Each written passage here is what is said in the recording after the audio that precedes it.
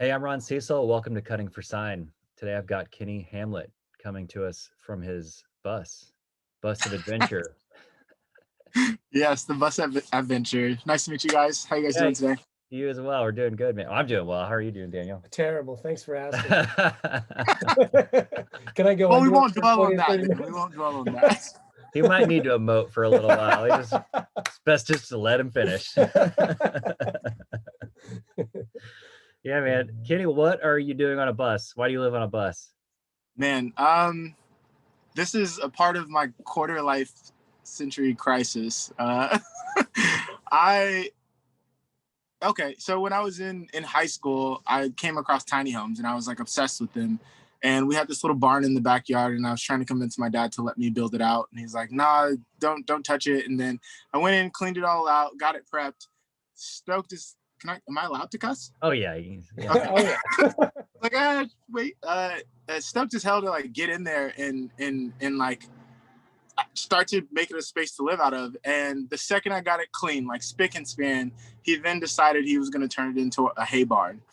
And so Where'd he you grow up? threw all our horses' hay into Yeah. this space that was going to be my home. Then fast forward, I went to college and studied finance and business. Graduated, went on to work for this company called The Standard, which is an insurance company. And I worked in their finance team for a while, a couple of years, and then got a promotion and went to the analyst side of things on the insurance side. And at that time, I like started to realize I actually just hated what I was doing. And I was getting more and more fascinated with the dream life, right? Like just dreaming on living in a bus and adventuring and doing something completely different with my life. And I picked up a camera one day and just started shooting. And like, I'm out with buddies and I pick up this camera. I was like, "Hey, can I use this?" And I took a couple of photos of my friend climbing and just was like, what the F? Like, like being able to capture this moment like perfectly the way that I saw it, it just completely like flipped my world upside down. So then the next week I went out and bought a camera and I would just skip my lunch breaks and go shoot every single day. And then I got enough work where I was like, okay, I think I'm ready to make the leap. So I saved up a little bit of money.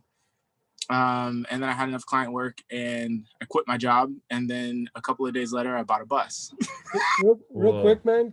Where did you grow up? Where did you go to school? And what was the time frame here? Yeah. So I grew up in this little town called Roy, Washington, but went to school in the city of Tacoma.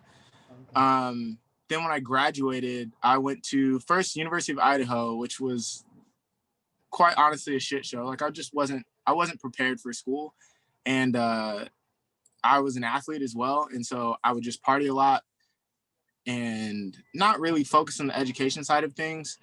And so then by my second year, the first semester, I joined a fraternity, which made it even harder to focus on school.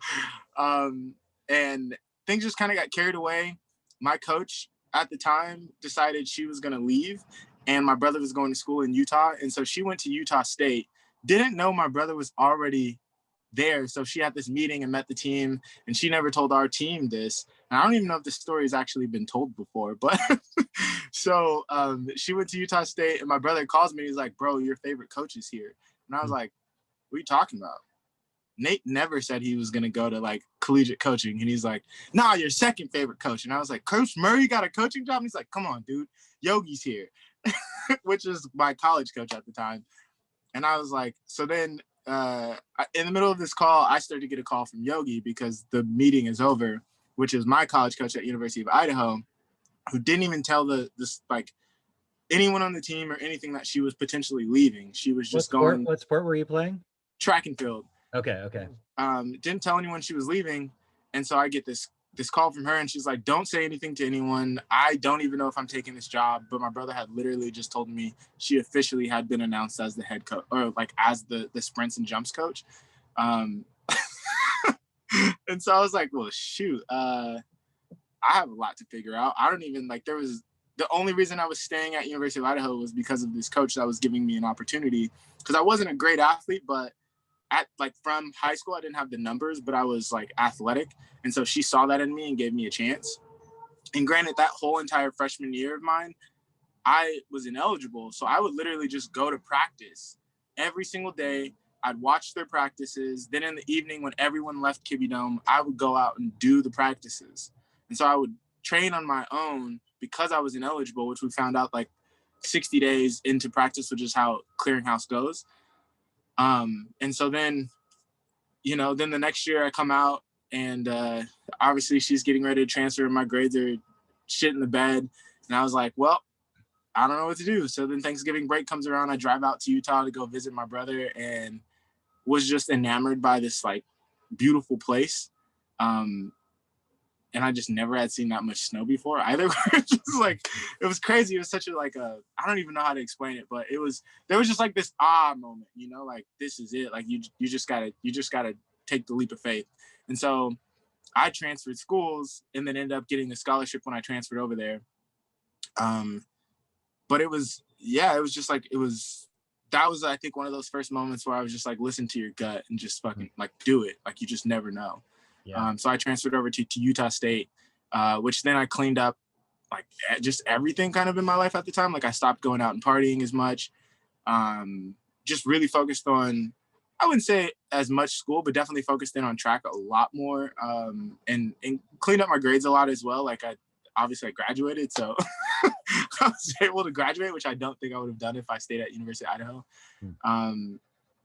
And so then after I graduated, I moved back to the Pacific Northwest and moved first to Salem and then to Portland. Mm-hmm. And so now I live in Portland. And you were working at that insurance company downtown, sounds like. Yeah, working at the insurance company downtown. That was a year after I graduated, and I worked there for 3 years, I want to say. 3 years. Yeah. And during that time, it sounds like you were still an outdoors guy. Like it sounds like you grew up around in agriculture. Does that seem right? Yeah, like agriculture. We have a small pig farm growing up. Yeah. And then just like goats and chickens and a horse and dogs and cats and stuff like that. But yeah. Pigs at one point. So kind of a little bit of all of that, and then live the city life because both my parents work, and so we just stay at our grandma's house all day, and until my mom got off work, and she'd pick us up until once we started driving and getting into sports, which that was like later in high school once we finally got into sports. Like I didn't grow up playing sports, just kind of like playing with cousins. And it was that insurance job where you would take your lunches and go start shooting. Is that where that started? Yeah. So after I went and I'm gonna let that truck pass real fast. So after I picked up the camera the first time when I was climbing with friends. Where were you climbing? Where were we at? Oh, we were at Carver in Oregon. So It's just like a close local bouldering field. Yeah. And so we were out bouldering, and man, it was like this little V5 problem also, which we all, like a couple of us ended up climbing that route. Not that day, but the next season. But there's it like, I remember I walked into the camera store and was like, hey, I don't know what I want, but I want a camera and I want to be able to shoot something that I can shoot sports, which is funny because now I don't shoot like any like outdoor activities. And now I'm coming back to that, which is what my YouTube channel is going to be about. Something similar to that. And so then they were just like, oh, Sony A6000, that's a good camera for you. And I was like, I don't know anything about cameras. Sure. Like whatever you say I'm going to get. And so I bought it, and then I'd go out literally every single day. Instead of eating lunch, I would just go out and do street photography and just kind of figuring out the camera settings, kind of figuring out like composition. I didn't know what I was doing, but it just made sense to me, if that makes any sense. Like, I could see the world and capture those moments. And so I just kind of got like hooked into that.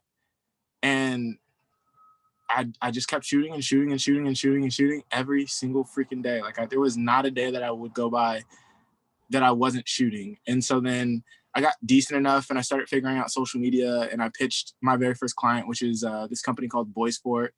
And I just watched YouTube videos to figure out how I could like write a pitch deck, because I didn't know how to write a pitch deck or anything. And I just watched I would say probably like 20 hours of YouTube videos, to be honest, to this pitch deck. Yeah. Finally got it, and then I pitched them, and they said yes. And it was my very first pitch, very first client. And so then they were like my first client that I started working with. And so we would have like these meetings during my lunch, and it would just be about marketing and what they wanted to accomplish.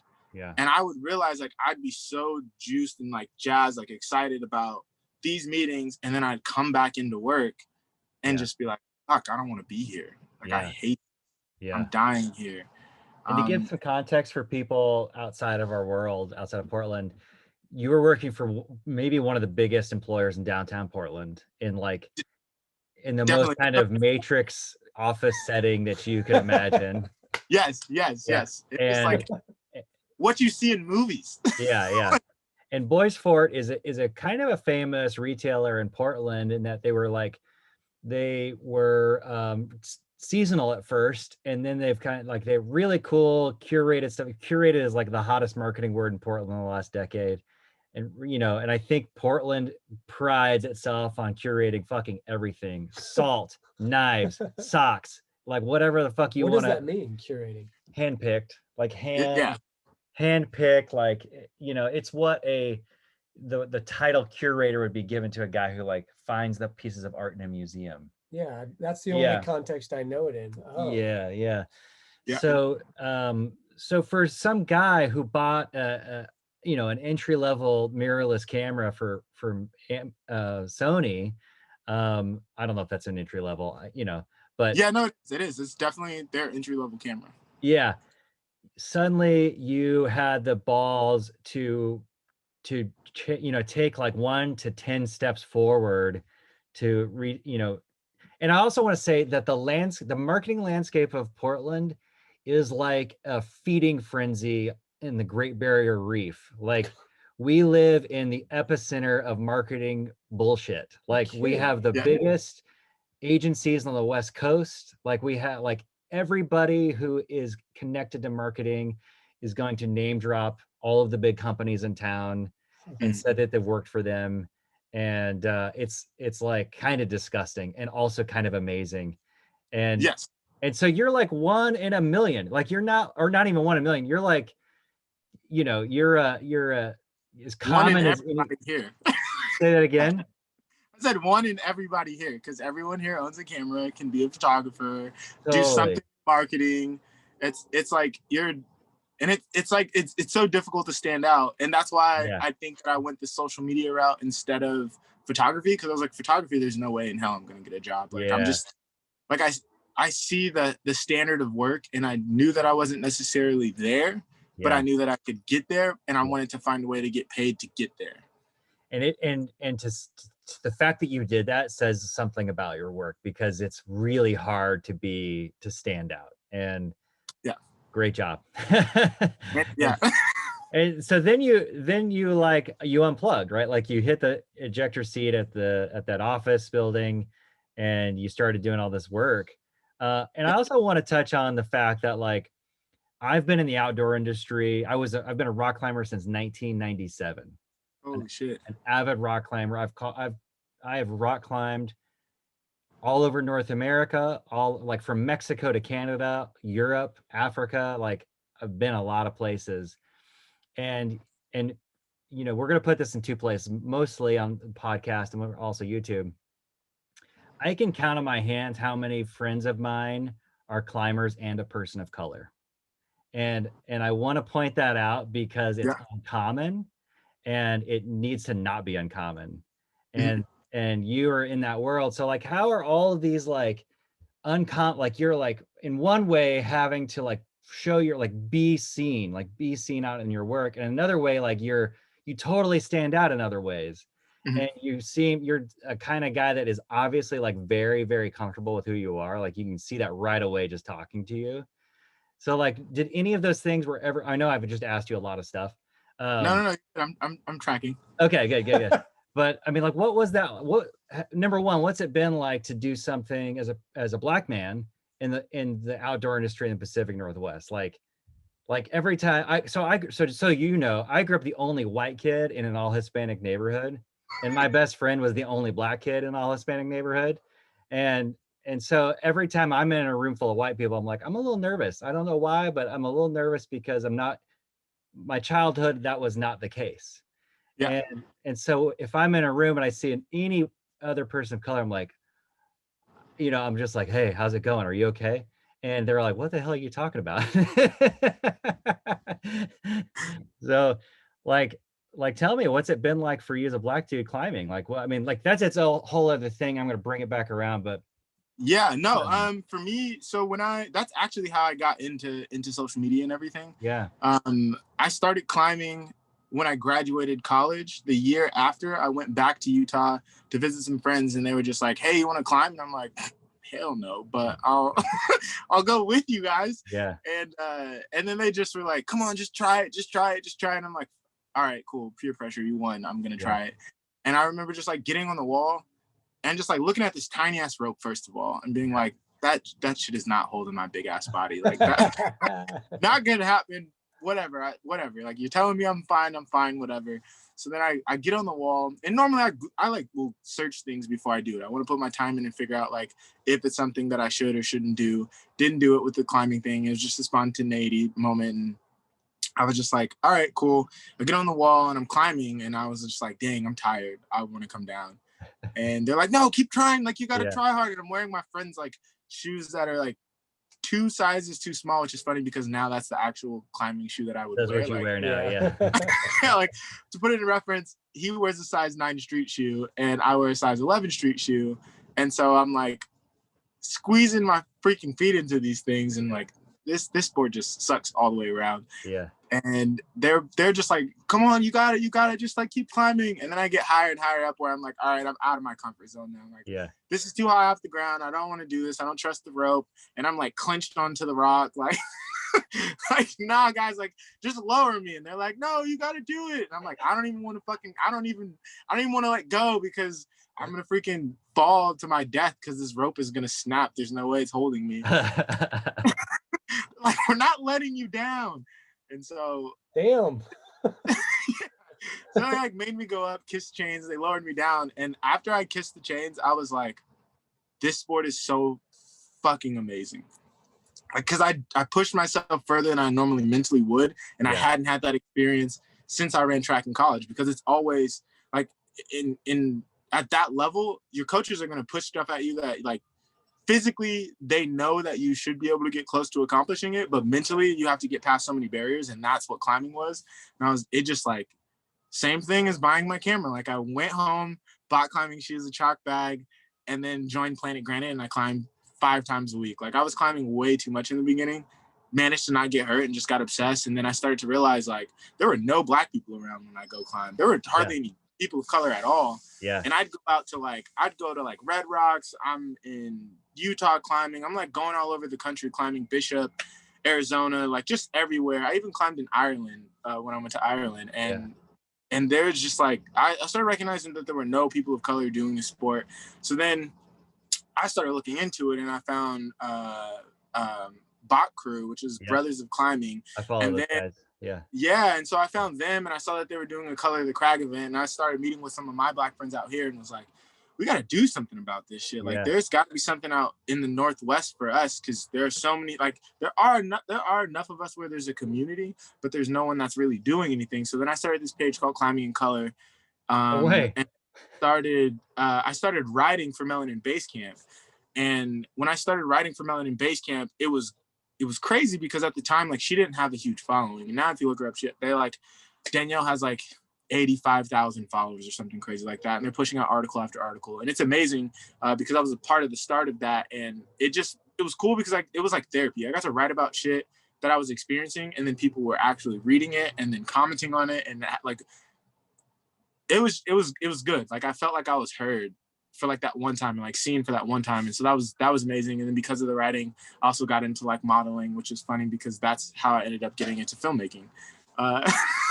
Dude, I'm so glad I asked you about that. Like, I was like, I don't know if this is gonna go somewhere, but it's such a it does. It all comes back and wraps around. And so and because of that, I got into like modeling. My first modeling gig was with Marmot. They reached out to my partner actually at the time and asked if she wanted these jackets, and they saw that she was dating me, and they're like, can we send him one as well?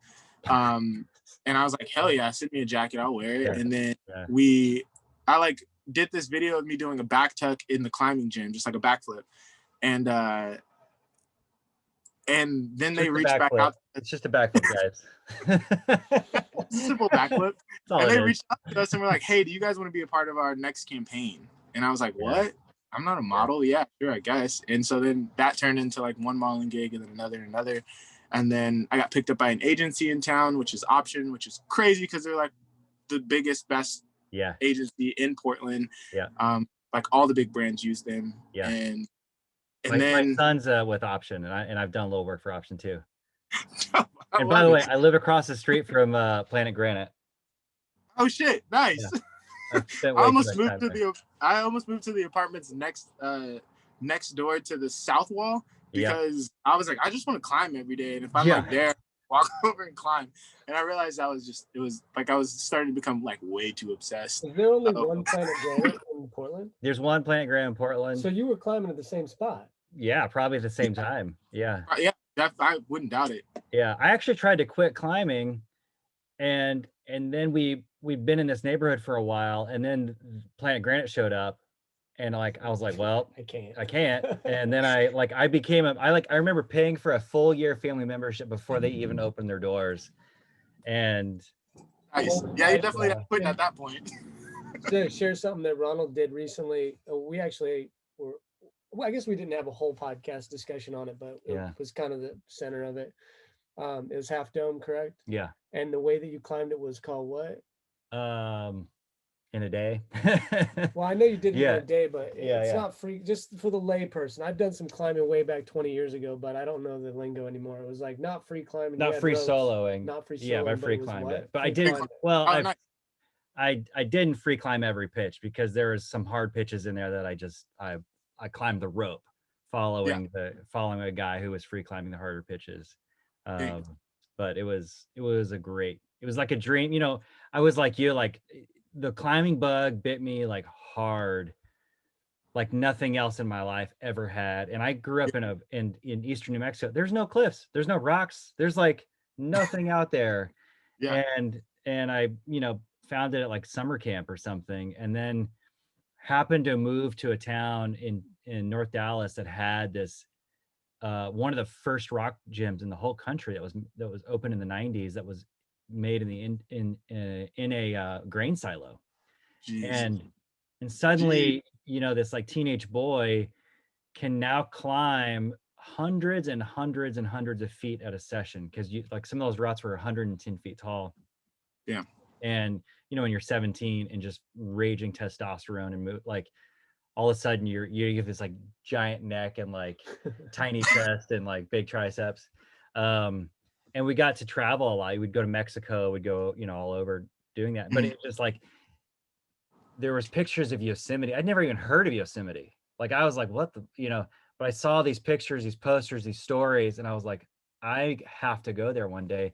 And I did a few times, but I never climbed a big wall. And finally, I'm 40 now. And as I was like 39, I was like, I can't die and not have at least tried to climb a big wall. Yeah. And so some stars aligned, and like it all happened. And you got to share those stars though, man. It's one of my favorite stories. I don't, with the guy at the what? No. Yeah, I mean, it's so good, man. So so a friend of mine who started climbing at the same time, we're the same age, so we're both in our late 30s. We're both like, we have careers, we've done, we have like all these boxes and the trappings of those boxes, right? Like when you have those things, like you can't necessarily train the level that you need to go do something like that. But one of the things that I have is, well, I live across the street from climbing gym, I'm my own boss. And so I get to make my schedule. This guy's his own boss, so he can make his own schedule. So we ended up being at the gym 4 or 5 times a week, doing 2 to 3 hour sessions and working out and, just doing all the things that we were doing to get ready. And this guy is like, he was, he's the real deal. He's a rope gun. I mean, he can get it done. And months out, we were climbing every big wall north of the California border, all the way into Canada to get ready. and he got really sick in the process. Like something happened where the doctors were like, we don't know what's going on with you, but we're going to do a lot of blood work. And the week before we were supposed to go, he's like, but I'm out. I can't do this. And at that point, I don't know if you know much about Half Dome, but like it had had a few rock falls, a couple pitches of the northwest face regular route got erased. And some guys like just basically made a bolt ladder through that erased part. And then down, like a little bit down from that route, there's a square block, a city square block size piece of granite that's moving, and they don't know when it's going to come off. And so there's like these warnings. It's like, hey, don't walk up the bottom of the route of the base, because like, if you do, you like just know that you could get squished like a bug. Yeah. And so I was like waking up in the middle of the night, like thinking of scenarios like that, like, holy shit, like the chimneys, there's 3 pitches of chimneys, squeeze chimneys. Yeah. Like, they just might come off. Like they could just come off. And that's like crazy nightmares you're having. And so he bails, or he doesn't bail, he can't go. And I'm like, thank God. Like, thank God I'm like not gonna do this. I don't have to do this. And my wife is like, no, you can't not go. You've got to go. Don't come home till you're proud. And I'm glad she did. And on the way down there, like I had this like kind of intuition I was going to meet a German guy to climb. And I don't know why I thought it needed to be a German dude, but it just did. And the very first guy I meet down there is a German kid. And he helps me, and we climb together, and it becomes pretty apparent that he's like not the guy to help me. He's just not quite up to speed to like get on that size of a project. And I'm like, well, guess it's not going to be a German guy. And so I'm texting guys. Have you climbed Yosemite? No, I haven't. That's like next up on the list. I'm actually reading Camp 4 right now, so it's funny that you're telling me this story. So I went to Camp 4's bulletin board where people leave their numbers. And the tradition is you leave a note with your number and your list of objectives. And so I found one guy's, and he's got a list that's the same as my list. And I text him, and we just keep missing each other. And finally I'm just like, well, I'll lead every pitch and just drag this one German guy with me, and he'll just have to deal with it. And we'll do it over 3 days. And thunderstorm stopped us. Like lightning, like you can see lightning hitting the top of Half Dome. And we were like, guess we're not going up there. And so finally, and then I get the flu. Like I can feel it starting to like get in my body. And I'm just pounding medicine from the grocery store. And at the grocery store, I ended up running into this other climber, and who also happened to be German. Like they started speaking to each other in German. I'm like, huh, okay. And this kid like had just climbed the nose. He'd like done a lot of the big routes there, big walls there. Anyway, we ended up doing it in a day. We did it car to car in 26 hours. Wow.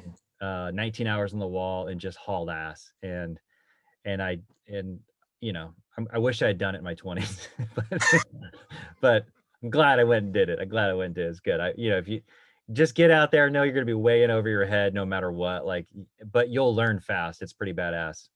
Okay. Now's the time to go, man. COVID is like keeping that place quiet. Yeah. I mean, I'm just not in climbing shape at all to get out there. I put climbing like went to the back burner when I was learning filmmaking, honestly. Like I had, in that time frame, I was like, I have to, like I was in a relationship and I was trying to change careers again because I was a photographer. And then I lost all of my clients. And I was like, all right, like the universe is making you start over.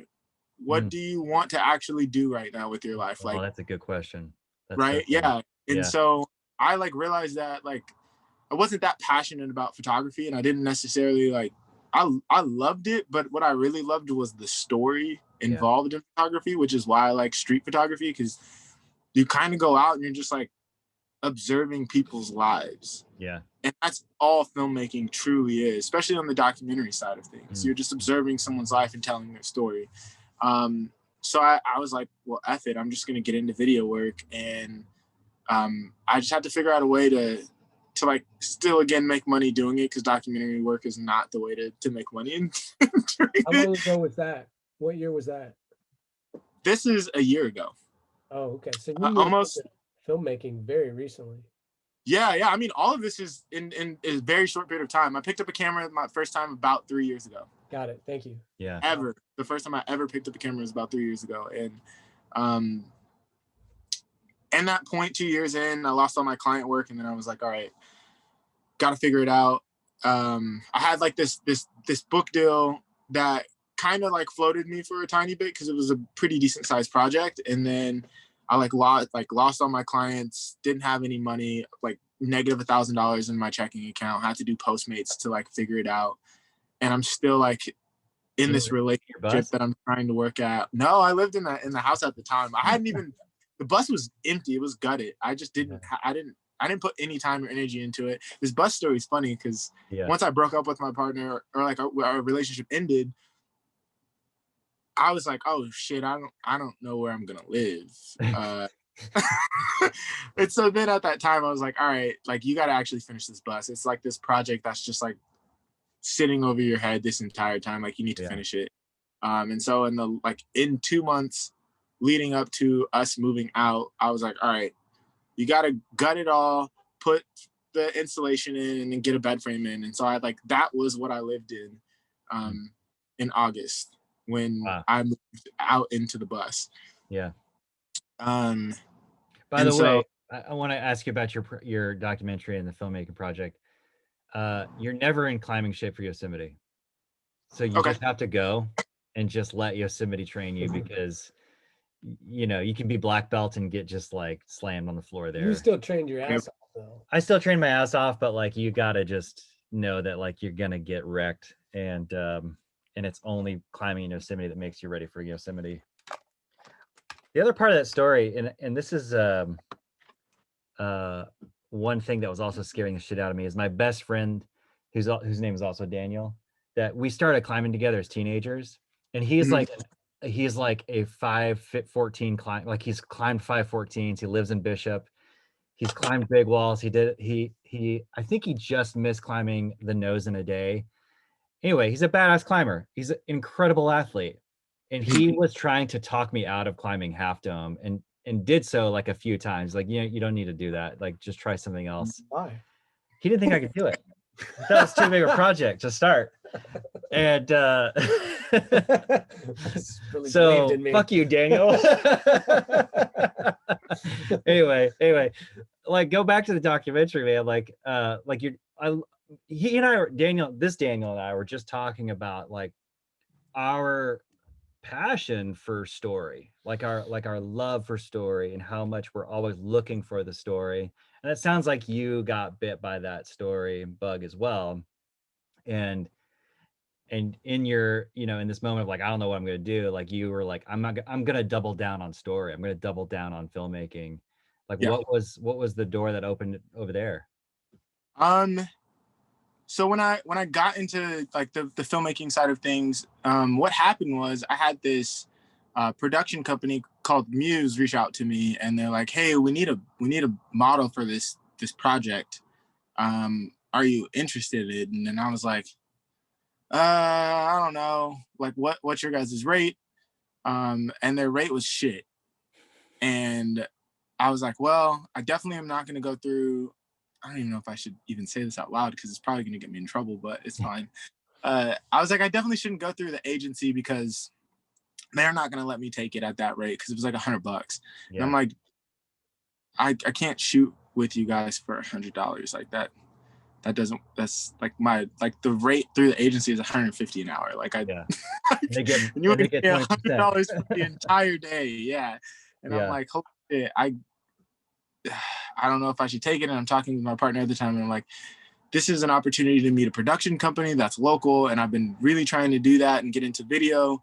And she's like, I don't know, maybe just take it. And I'm like, yeah, but they're not paying me shit to do it. And she's like, but you just said you wanted to do it for the opportunity to meet this production company. I'm like, yeah, you're right. Yeah, I'm gonna take it. No, this is so dumb. And I'm like back and forth, battling myself. And then I was just like, you know what, fuck it. Like, I might as well. Who knows what's gonna come of it? It's like I'm doing this for the opportunity to like meet someone and potentially get work in the industry. And that's basically what happened. I went and worked with them, hit it off with the DP that they had hired and one of the assistants there. And then I was like, hey, like, you guys are dope people. And they're like, yeah, come back to our office. We'll show you our space. And so I was like, just walked in and was like, holy fuck, this is good. I'm going to work here. And then I was like, hey, like, how do I like PA for you guys or something the next time you guys need someone? And then they're like, oh yeah, we'll definitely contact you. Like, now we know that you're local and you are interested in the industry. Never contacted me. Then they reached out to me and were like, hey, we need you again for a reshoot. And I'm like, cool. So I come back and then we reshoot. And I was like, hey, again, like, I would like to work with you guys. And again, didn't go through the agency for it. And they paid me $100 again for the day. And I'm like, I'd like to work with you guys. And they're like, yeah, we'll definitely work with you for sure. And then they needed me again for another reshoot. And I was like, hey, I'd like to work with you guys. Same conversation. And they're like, yeah, we'll definitely contact you. And I'm like, these guys are never going to contact me. And then I'm walking to the grocery store and I run into the girl again. And I'm like, hey, still want to work for you guys. Like, nothing's changed. This is the 4th time I've seen you, and I definitely still want to work with you guys.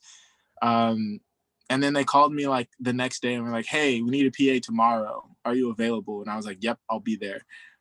Didn't have a car at the time, and my partner let me borrow her car. And then I went out and PA'd for them for the day and just like busted my ass and just helped everyone on set. It didn't matter if I was helping the camera guys or the light and grip guys. If I wouldn't even help them like ransom things for the hair and makeup. Like, I was just doing for every single person on set. And then afterwards I was like, hey, how can I like work for you guys? And they're like, oh, just email Patrick, because Patrick's the owner. And I was like, cool. I don't have his email, but whatever, I'll figure that out. And I'm like looking and I'm like, oh, well, everyone's email is just this@newstorytelling.com. I'm going to try emailing Patrick at newstorytelling. Patrick's about to get a bunch of emails after this. Sorry, Patrick. And so I reached out to him and was just like, hey, like, I love what you guys do. I really want to work for a production company, and I taught myself how to be a photographer, and I want to learn from like the best. I'll come and work for you guys for free and just fill in time. Like, literally just fill in like wherever people are getting distracted from the work they should be doing, and I'll do that work for them. And he was like, no, that doesn't work for me. But we are looking for another editor if you're interested in a job. And I was like, what? I was gonna work for free. Hell yeah, I'll work for you for money. Yeah, definitely. And at that time, like, I had no client work anymore. So I was like picking up little odd jobs here and there and stuff. And so then I started working for them and had consistent income. I also had very little experience in Premiere, which is the editing software. Yeah. And they hired me as an editor. So I had to like pick it up overnight. Like, the shit that my work looked like before working for them was crazy, because it's like I looked like an amateur, and then the very first week they're like, cool, our main client is 4 Seasons, here's your hard drive and your computer, we need you to edit a commercial for them. And that was it. So I had to like step up to the plate like major like overnight and like figure out all of this shit, and I had very little experience. And I just kind of like just matched them, and it worked, and I just ended up working for them. And then my first week I edit this project, and then they're like, hey, we're trying to set up these booths for lighting for this project for Fujifilm, the same project that I was in, because they were doing this tour. And I just kind of was like, oh yeah, I know lighting a little bit, like I watched enough YouTube videos, I could probably throw something together. And then Patrick looks at it and he's like, yeah, that works. Yeah, this works. This is good. And then I go sit down, and then someone comes up to me and they're like, hey, so we're going on a Fujifilm tour next week. This will be my second week of working with them. We're going on a Fujifilm tour next week. You're probably not going to New York, but you're probably going to do the other 3. And I was like, oh, okay. And I'm supposed to work like 2 or 3 days a week. And then they're like, the next day they're like, hey, so you're going to New York tomorrow. And then it just jumped full in, like, just there was no time to even process anything there. And I just kind of like had to catch up to them and just fucking grind, work. And I just like look up and I'm like, holy shit, like my work is way better than it used to be. And then as time went on, I was just like, and we're traveling all over the country, which was amazing. And March hit, and we were in Madrid. We came back a couple of days later. Spain closed their doors. And I was like, holy shit, this is crazy. And we were supposed to be going out to Egypt the next week for like 3 weeks, and that got canceled. And I was like, holy shit, this is crazy. Like, had all this anxiety about just life and everything. And I'm like, all right, I don't want to do this anymore. Like, I don't want to just like be a filmmaker to pay the bills. Like, I want to start working on my own projects and stuff that I care about. And then I had come up with this idea of just kind of starting to tell the stories of Black people in the outdoor, or Black and brown people in the outdoors, which now goes full circle to the very first camera and wanting to shoot outdoor climbing and just be in nature and stuff like that. And so now I'm working on this project. It's called Why We Get Out. And it's about people of color. It's not always people of color, because I do have a couple people that I'm going to be working with that aren't. But just why people get out in general, and mostly focusing on brown people and female athletes, and just not even athletes. I don't even want to say athletes, but normal people, and like why we get out in the outdoors, and talking about like health aspects and just all the things that I've experienced in the outdoors that I feel like other people have as well.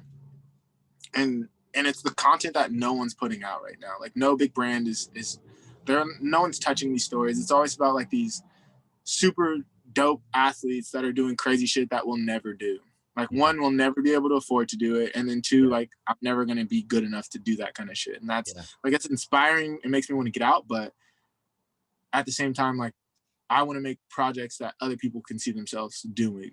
And so, and telling those stories. And so now it's like full circle back to being in the outdoor world and telling these stories. Like, I still have other clients that I work for, but all my passion pieces at this point are like, moving forward, it's just focusing on these outdoor stories. Dude, I'm so glad I asked you what it was like to be a Black man in the climbing world. Sounds like it's informed a hell of a lot of what you're doing. yeah, it's crazy. Like, I look at these moments and I'm like, man, how? Like, you just never know. And you just say yes to something, and then it just completely changes your entire life, right? Yeah.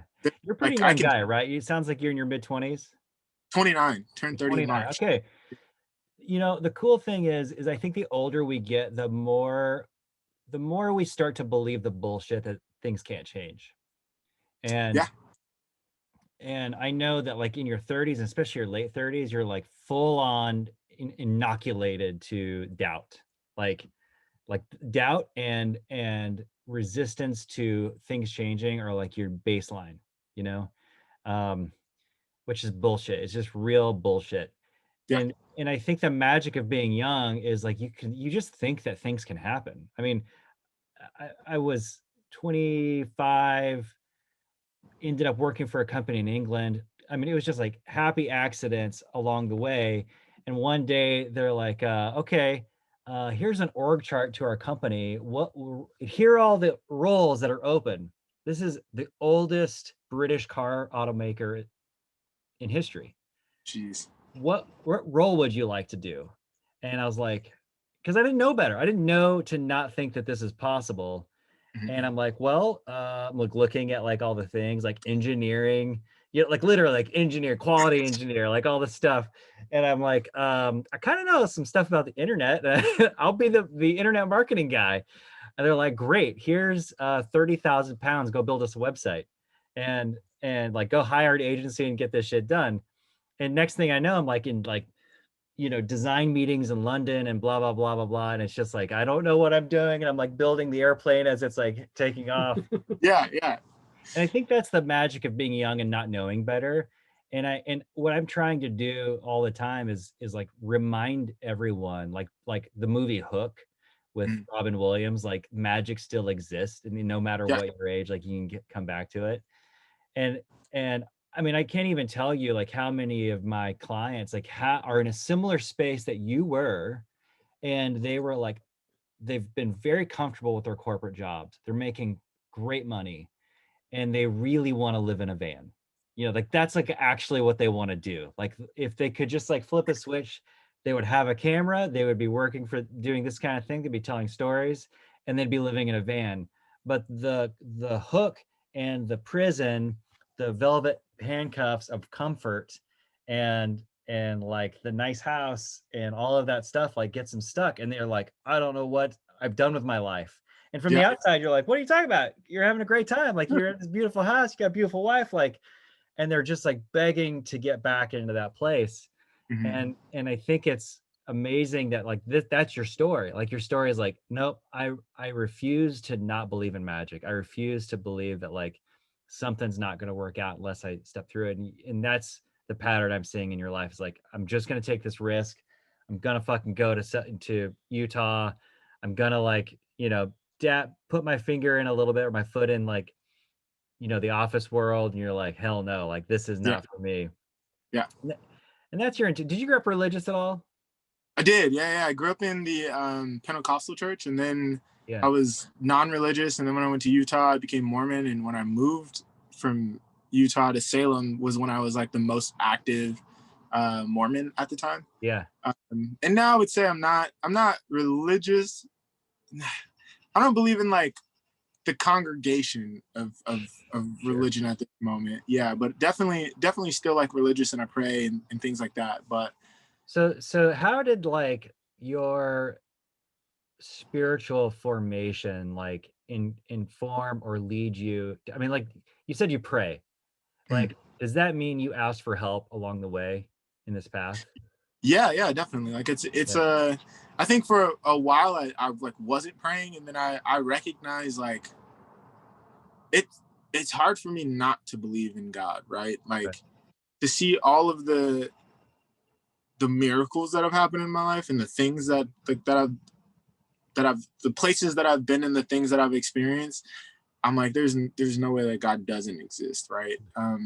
So it's like asking for help, recognizing his like light in our lives in those moments, and like recognize that he's like walking beside us as we go along these paths. Hmm. And sometimes he's like pulling you, and you're just not listening. And like people say like, oh, the energy or the energy felt right. Like I say that all the time. Like the energy, it's about the energy and like your experience and like the way things feel.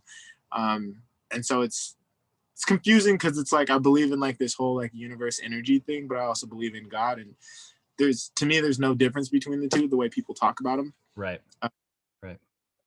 And so that's like where I'm at currently, and Yeah. it's like appreciating the things that he's provided for me, and recognizing that and acknowledging it. That's incredible.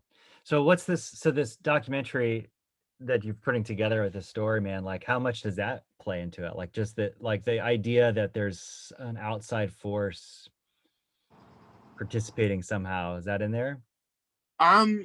No, I think for me, honestly, I mean, the outside force was the big influence on it. It felt just like every time I'd talk about the stories that I want to tell, Mm-hmm. it just seemed like someone's like, oh my God, you need to talk to so-and-so. Like, that's such a, like, that makes so much sense. And then I've been like, being like, I don't know, like I can't work on these projects because it's hard for me to work and not get paid for things. And I'm like, now I found myself into a position where like I have a great steady income with one client, and then I have a bunch of other client work that comes in as time goes on. Yeah. And I'm like, these like my experience in sharing these stories matters so much to me, because I want like other little Black kids to feel heard and seen, and brown kids and feel like they can do anything. And that is like more important to me at this moment. And I meet other Black and brown people in my experiences. Like the other day I went surfing, and it was me and two other Black dudes, and we're surfing, and then we see this other Black guy out there, and I'm like, what the fuck? Like I had like it was so powerful, because I'm like, this is like this is stuff you dream about. Yeah. Like being able to go out there and feel comfortable, and being in your own skin, and talking the way you talk, and just everything. And like didn't have to change who I was being around them. And that was so fucking dope. And I'm like, dude, you gotta fucking tell these stories. Like it just kept hitting me over the head over and over again. And I feel like those are the signals from like the universe or God, or however you want to put it. And so I'm like, all right, I gotta just fucking tell these stories. And I man, this year has been a crazy one. And when I got hired to shoot a rafting trip, photography, still images. And so I still shoot some still stuff, but it's usually like based on whatever the project is. I don't say yes to everything anymore. And I'm shooting this rafting trip, and this woman's like, oh yeah, like, what is this what you do full time? I'm like, no, I'm actually a filmmaker. And she's like, no way, my husband's actually a filmmaker. You guys should talk. And so I was like, yeah, it would be cool to talk to him. Like, I don't know anything about him. And we start talking, and this guy ends up being a very important person for Endeavor Films, which is like a huge film production company.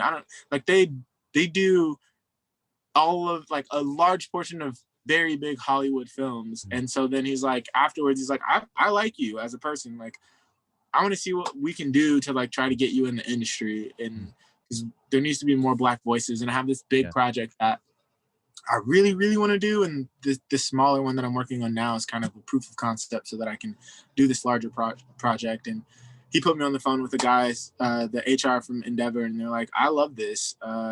Who also happened to be Black, that was such a crazy experience, because like talking to him and like this through our phones, Zoom meeting, and he's like, can you see me? And I was like, oh, your video's not on. And he's like, oh, my bad, 1 second. And he turns it on, and I was like, just like shocked, because it was another Black dude. And I'm like, what the fuck? And he's like, yeah, we actually like this story. And like, where are you at in this project? And I'm like, I'm working on a pitch deck. I should have it done. And then I just never sent it because I was just afraid.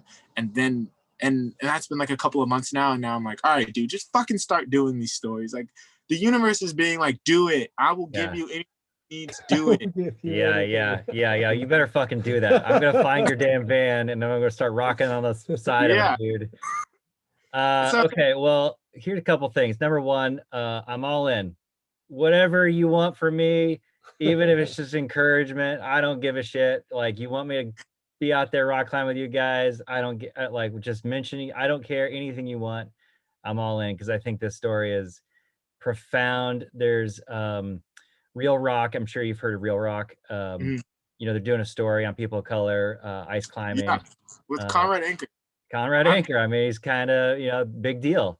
We've talked on the phone when I was doing Climbing in Color, and he wanted to work together, and it's one of those universe things again where I'm like, the universe has tried 1,000 times, and I just didn't pull the trigger. And now I'm like, all right, dude, you just gotta fucking do it. You gotta do it. It's really funny. It's really funny that you have this part of you that's like, man, I've been hit over the head with this, and I'm finally getting it through my head. But at the same time, much of your story is like, you didn't have to get it hit over the head. You knew that you needed to make a move, and that came from within. You know, you seem to have both of those things going on in your life. Yeah, call it balance. I think part of it is like, we're all like kind of dumb, and like we need like the repetition, like to, you know, hey asshole, like wake up, like there's like, we're trying to get your attention here. But seriously, some of the times, the ways that we like to make decisions in our life, you know, like I'm very proactive, and everything that you've experienced, Ronald's had very similar types of experience where you just snap your fingers and you make it, and it is so, you know. It's been amazing like that. Things can fall into place really quickly. That's a tool to, but that falling into place comes from action, and saying yes to it. Like, I didn't need to get hit over the head. I just had an idea and I knew it was right. But other times, and the same person, yourself, myself, I know Ronald's been hit over the head with you need to do this in his life, with some stuff. And at the same time, that the other tool is the ability to get hit into the head and say yes finally. You know, it's just you know, finding that path in life has a lot of tools on the to be able to navigate it and thrive. So, definitely. Yeah, it's cool. I think I feel like I don't know, the thing for me is like, oftentimes we talk about these things like it's so easy, right? Like you think of something and you want to do it, and so you just go and do it. But the hard part is that no one really shares the struggle, right? Like we always like paint these stories to make it look like it's so easy, and I'm like, it's not fair, because then everyone thinks it's so easy, so then they go and try it, and then they get hit over the head once, and they're like, why isn't this working for me like it's working for so and so? And I'm like, the journey is what people need to share more often. Like this hasn't been easy. I lost all my clients, and then I was negative $1,000, didn't know how I was going to even get out of it. And I had to like open a separate account just so I could get money from doing Postmates to be able to pay my rent and like things like that. And like going from that to then trying to get into video and not having any clients and living out of my bus and having it not be finished. And so I was like, the craziest part about this whole experience of moving into the bus is when I first moved into the bus, it wasn't finished, right? And I still had like junk and shit in here. So I didn't have anywhere to stay. So I would literally go to the building that the production company I used to work for, they moved out of and moved to a different building. And I still had the keys and a key fob so I could get in. And so I would sleep there, come here in the morning, try to work on the bus to get it cleaned out. And then I finally got it cleaned out after like 4 days. And so I'd like go and sneak there at night and sleep and then come over here and work on my bus. And I'm still trying to be like a freelancer at this time. And I'm like, that's the journey that no one talks about, right? Yeah. Like it's not fucking easy. And most people don't want to deal with that. Like most people are like, why don't you just go get a fucking job? No. Yeah.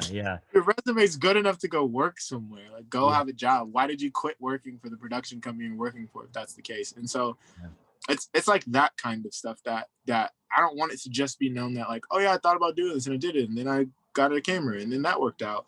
Cause it's not all been that easy. It's been a struggle as well. Like it's not, I don't know. I think the universe, opens the door. You have like beginner's luck, right? Yeah. To kind of push you along. And then what it throws at you is endless suffering, which is the question of like, are you really going to do this, asshole? Like, are you in? Because if you're in, then you need the suffering to squeeze out all the bullshit in you and to really like hone who you are and build your character and make you of actual value to the earth, because there's a million people who will do it if it's easy and very, very, very few who will do it if they're gonna have to suffer. And I fell in love with suffering because I finally realized after a lot of darkness that like shit, every like giant breakthrough in my life, like everything that like really matters to me has been immediately preceded by intense, long ass fucking periods of darkness. Like bottom of the barrel, like I don't know how I'm going to get through this. I don't know what it's going to be like on the other side, but I'm just going to walk into it and like feel the infinite danger and the infinite darkness and face the fucking devil. And then afterward it's like, oh, okay, I'm glad I did that. I'm really, really glad I did that. Yeah. And like you can't do it. You can't do it, and like you can't really enjoy the spoils of war unless you're like ready to go to battle, I think. Exactly. And I'm so glad you brought that up. I'm super glad. What's the name of the the documentary you're producing right now, you're making? So it's called, it's essentially just going to be a docu-series and just like telling a bunch of different stories. It's going to be on the YouTube channel, just under my name, Kenny X Hamlett, KennyXHamlett. And so, yeah, working on those now. I've already shot one and I'm shooting another one on Sunday. I also have a couple of other projects that I've been toying around with. I think podcasts, but I just don't want to spread myself too thin. I've done that before. Yeah. And I'm trying not to at this point. So I think I'm just going to stick to the storytelling and the video format. Just kind of doing it in a way that no one's doing it at this point, and talking about real things, but shooting it like it's a Stoke film or like a Patagonia type film where it looks beautiful, but talking about real things. Yeah, beautiful. The last thing I was going to say is, have you heard of Richard Rohr? Richard Rohr, no. He's a Franciscan monk who like the Catholic Church doesn't really want to accept him, but he's like, he's kind of a renegade monk in Albuquerque, and who's probably been one of the most helpful individuals in my entire life. I've never met him. He doesn't know who the fuck I am, but his books have impacted me greatly in hearing some of his talks. And the reason I bring him up is because he talks about the power of nature to heal. Yes. And it's he spent, I think, 13 years as a chaplain in the worst penitentiary in New Mexico, and so he's got a lot to say about healing from darkness. And nature is like this universal like balm of healing. It's incredible. And I think what you're tapping into is like the lack of accessibility for people of color, and now that you're starting to, dude, I love that fucking surfing story. That's amazing. Like that like makes, you know, try not to cry over you. That's incredible. So this, I think this story that you're telling, the series is like, we want to hear it, you know, like the world needs to hear this, and the world's looking for healing and for paths. And I definitely want to talk to you about all this offline, because I've got some questions for you and just curiosities around it. But this is awesome, man. So what's the best way to track you, follow you? Oh, the last question is, when this shit gets picked up by the big time and you're like, you know, walking down the red carpet, can I get your word that you'll come back and talk to us? Absolutely. All right, dude. So how do we find you? How does people find you? How they support you? What can we do? Instagram and YouTube, both the same, Kenny X Hamlett. Okay. That's KENNYX Hamlet. I think on Instagram it's Kenny.X.Hamlet. But are you doing Patreon or any other kind of like fundraisers or anything like that? I don't at the moment. I don't. No, Get on that shit, dude. People want to throw some money at that. I appreciate that. I might have to then. Yeah, I'm like, I didn't really think about that. I've like, for me, it's been like, I put myself in a position now that I feel like I have the time and the resources to do it, and so I might as well. Like, I own all my own camera gear. Like, I'm basically a production studio on wheels at this point. Yeah. I mean, not basically, I am. So it's now, like, it's just time to tell the stories and do it not for myself, but just for like everyone else. The little version of me that didn't know that this world existed, and now this world has like helped me immensely. So I just want to just make other Black and brown kids feel like they can do this shit. Yes. Feel ill and just be right in the universe by just getting out. That's awesome. That's awesome, dude. Well, I'm all in, dude. Anything else, Daniel? Oh man, just appreciate you. Thanks for sharing the story. I maybe a shout out to Portland ADX Portland. That's where I met Kenny. He rents a little space there. I rent a little space there. And, you know, I guess for people who, you know, are looking to take a step in their lives, maybe that they haven't, creatively or toward creativity or toward what's in their heart instead of maybe as much in their mind, finding a space to get into where other people are doing the same thing opens a hell of a lot of doors. So I appreciate that place, and thanks for being open to the conversation and sharing your suffering and sharing the successes. I'm a huge proponent of that entire journey. Looking forward to climbing with you someday. Yeah, hell yeah. All right, man. Take care of yourself. I'm really looking forward to seeing how this progresses, and you know, I'm all for your success. Like, this is, you know, if you get anything out of this today, Kenny, that know that you're fucking on the right path and you're doing it, man. At least according to me. That's a part of my mantra these days. I like have a mantra now where I'm like giving myself the self-respect that I need and praising myself. And one of my sayings is like, you're doing the right thing, and like you're on the right path. Just like reminding myself constantly, because it gets hard, and you're like, maybe I just got to go back to the office. No, dude, amazing, man. Thank you, Kenny. Appreciate you, Ram. Yeah. All right, take care. Bye. Bye.